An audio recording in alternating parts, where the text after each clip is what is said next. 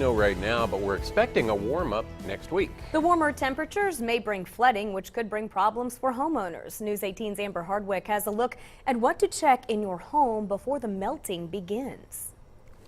Temperatures will climb above freezing next week, which will allow some of the snow to melt. And since there's a lot of it on the ground, the potential for flooding is favorable. The melting snow could cause issues to the home. With the amount of snow we have had, it just keeps coming.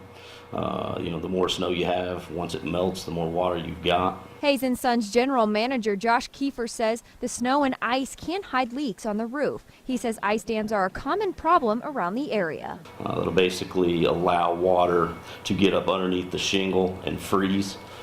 Thaws again, gets up underneath another shingle, freezes.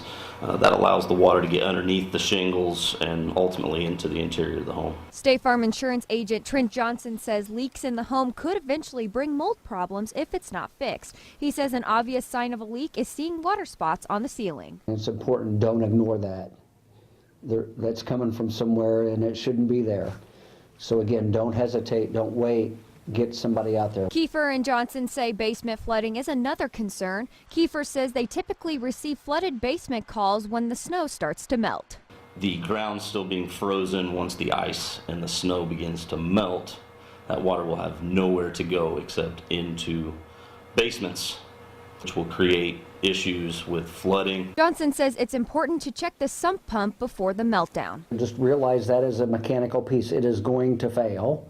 Or if your power's off, it's not going to run. So what type of backup system do you have in place?